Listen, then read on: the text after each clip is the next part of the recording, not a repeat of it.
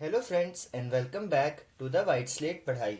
और आज हम लोग चैप्टर 3 प्लेइंग विद नंबर्स का सेकंड लेक्चर कर रहे हैं। आज हमारी सेकंड क्लास है, तो अगर अभी आपने फर्स्ट लेक्चर नहीं देखा है तो पहले आप फर्स्ट लेक्चर देख लो, क्योंकि आज हम लोग क्वेश्चन करने वाले हैं जो कि हमने फर्स्ट लेक्चर में पढ़ा था उसके बेसिस पे। ठीक है, और मुस्कुराते रहिए, सब कुछ हंसते हंसते सीखिए। और हम लोग नंबर्स के साथ खेल रहे हैं, तो हम लोग खेलते में हंसते खुशी खुशी खेलते हैं ना, तो यहाँ पे खुशी खुशी ही पढ़िए भी आप। ओके, ये लो, तो आपके सामने मैंने क्वेश्चन नंबर 1 लिखा है, find the factors of 6 and 28। तो अभी आप कहेंगे कि 6 के फैक्टर्स निकालने के लिए हम बॉल बना लेंगे और बॉल को अलग अलग अरेंज करने लगेंगे। तो 6 के लिए तो आप कर लेंगे, लेकिन 28 तो बहुत बड़ा नंबर है, ऐसे कितनी बॉल बनाते रहेंगे, और हो सकता है आपको इससे बड़ा नंबर भी पूछ लें। तो अब हम लोग दूसरा मेथड सीखेंगे कि हम फैक्टर्स कैसे निकाल सकते हैं इजीली।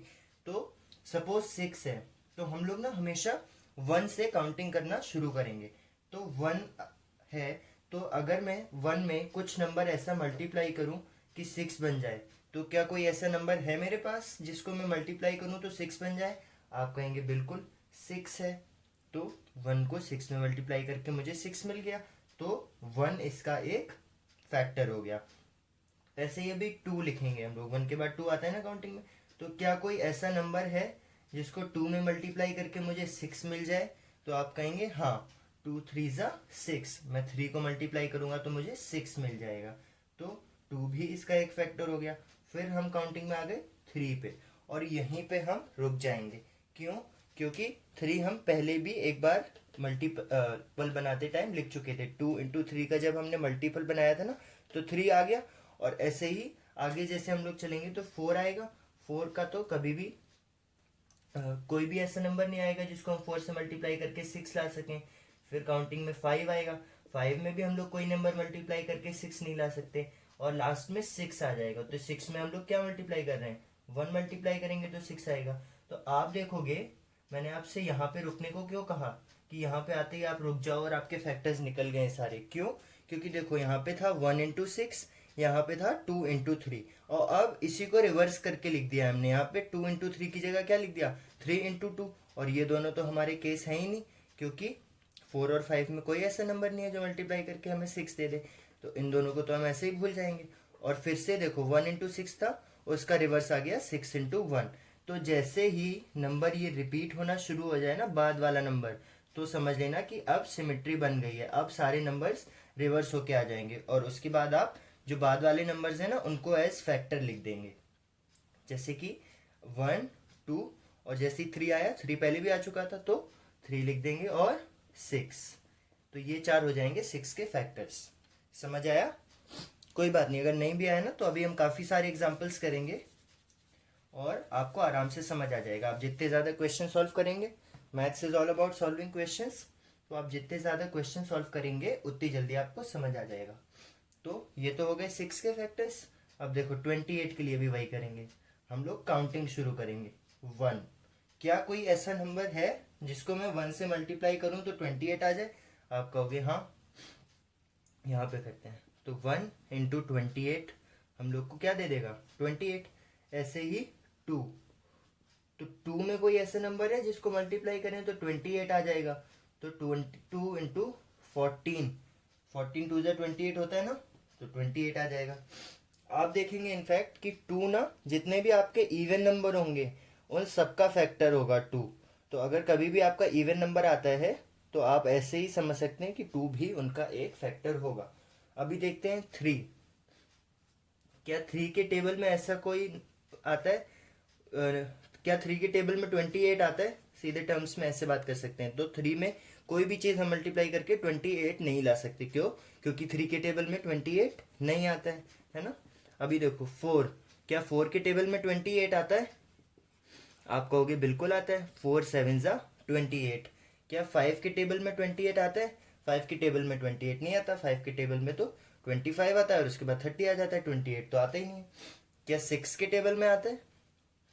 तो आप कहोगे 6 के टेबल में भी नहीं आता, 6 4 ज़ा 24 होता है और 6 5 ज़ा 30, तो 24 के बाद सीधा 30 आ जाता है। फिर देखते हैं 7, क्या 7 के टेबल में 28 आता है?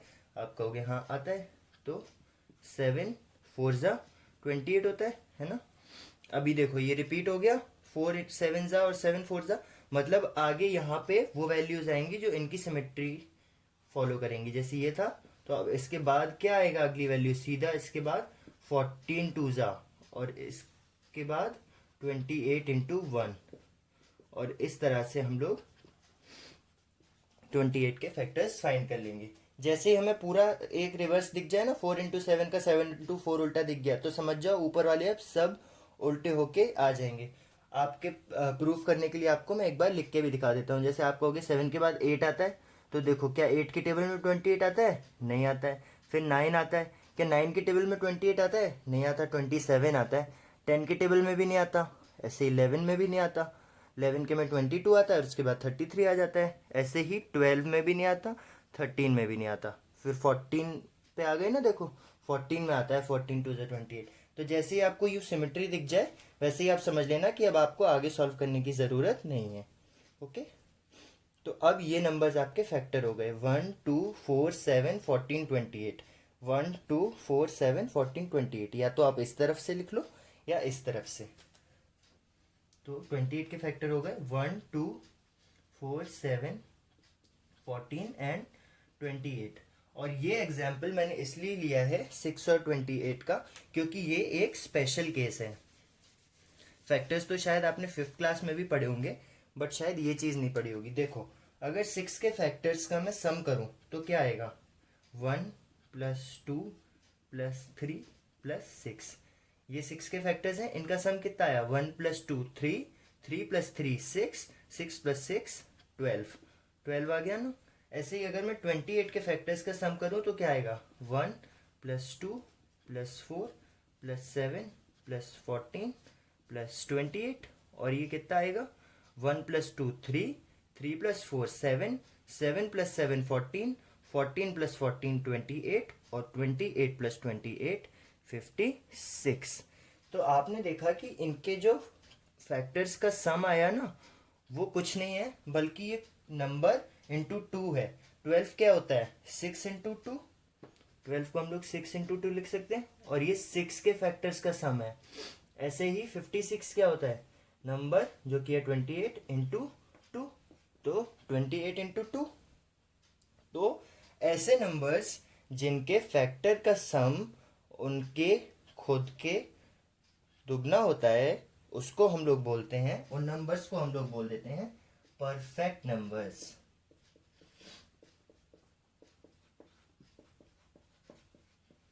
ठीक है, परफेक्ट नंबर्स क्या होते हैं, दोज नंबर्स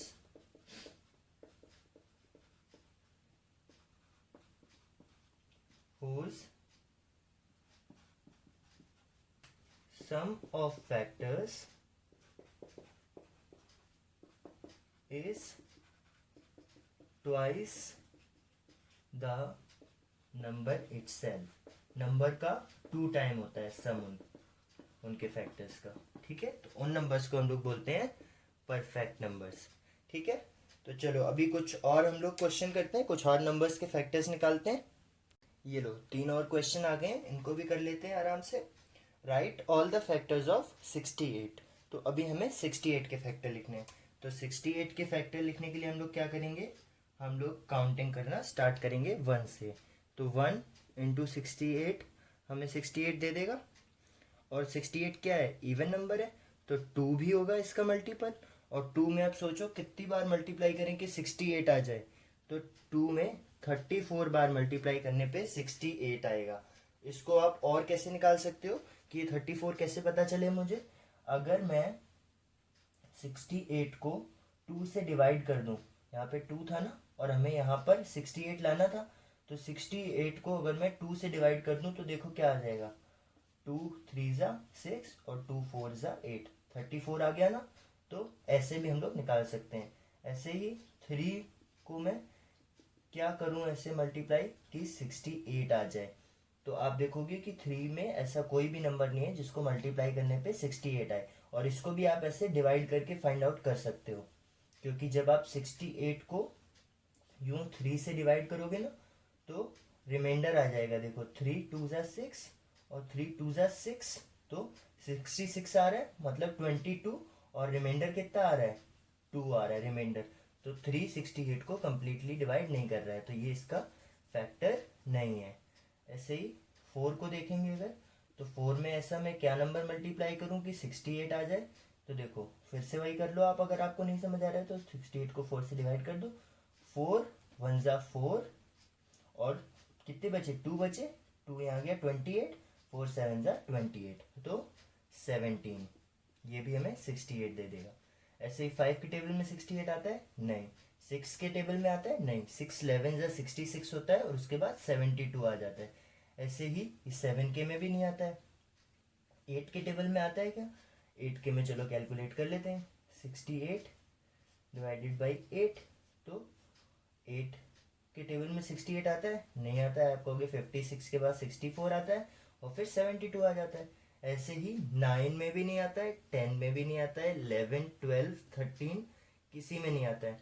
14 में आता है क्या, 14 5 जा 70, और 14 4 जा 56, तो 14 में भी नहीं आता है। 15 में आता है, 15 में भी नहीं आता है। 16 में नहीं, 17 में आता है। 17 4 जा होता है 68। और अभी आप देखोगे कि ये देखो रिपीट हो गए ना, तो अगले क्या होंगे, इसके बाद इनको उल्टा करके लिख देंगे, मतलब 34 इंटू 2 और 68 इंटू 1। तो हमारे फैक्टर्स क्या आ गए, 1 2 4 17 34 और 68। 1 2 4 17 34 और 68, ये थे 68 के फैक्टर्स। अभी 36 के निकालने हैं हमें फैक्टर्स, तो फिर से वही करेंगे। 1 इंटू क्या करूँ मैं कि 36 आ जाए, 36, वो हमें 36 दे देगा। ऐसे ही 36 इवन नंबर है, तो 2 भी होगा। 2 18 जा, या उल्टा भी कह सकते हैं आप, 18 2 जा 36 होता है। ऐसे ही 3, क्या 3 के टेबल में 36 आता है, बिल्कुल आता है। 3 12 जा 36। अगर आपको ना निकालना आ रहा हो तो आप क्या करेंगे, 36 को 3 से डिवाइड कर देंगे। आप देखेंगे 3 1 जा 3, 3 2 जा 6, तो 3 के टेबल में भी आ रहा है। 4 का भी मुझे पता है, 4 9 जा 36। 5 5 के टेबल में आता है, नहीं आता। 6 6 के टेबल में आता है, बिल्कुल आता है। 6 6 जा 36। 7 के टेबल में आता है 36, नहीं आता। 8 के टेबल में नहीं आता। 9 के टेबल में हाँ आता है, 9 4 जा 36।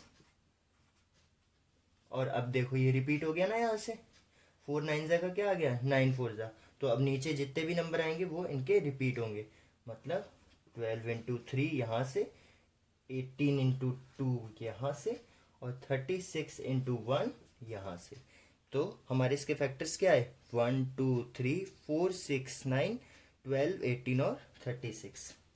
1 2 3 4 6 9 12 18 और 36, ये इसके फैक्टर्स आ गए। अभी अगला क्वेश्चन है, राइट फर्स्ट 5 मल्टीपल्स ऑफ 6। तो जब भी आपसे मल्टीपल पूछेंगे तो हमने प्रॉपर्टी पढ़ी थी कि मल्टीपल्स तो इनफाइनाइट होते हैं, तो कभी भी आपसे ऐसे नहीं कहेगा कि 6 के मल्टीपल्स बताओ। वो हमेशा आपको नंबर स्पेसिफाई कर देगा या कोई कंडीशन दे देगा। जैसे यहाँ क्या कंडीशन दी है, फर्स्ट 5, हमें 6 के पहले 5 मल्टीपल बताने हैं। तो पहले 5 मल्टीपल के लिए आप पहले 5 नेचुरल नंबर से इन्हें मल्टीप्लाई कर देंगे, नंबर को 6 को। तो 6 इंटू 1 6 इंटू 2 6 इंटू 3 6 इंटू 4 और ऐसे ही 6 इंटू 5।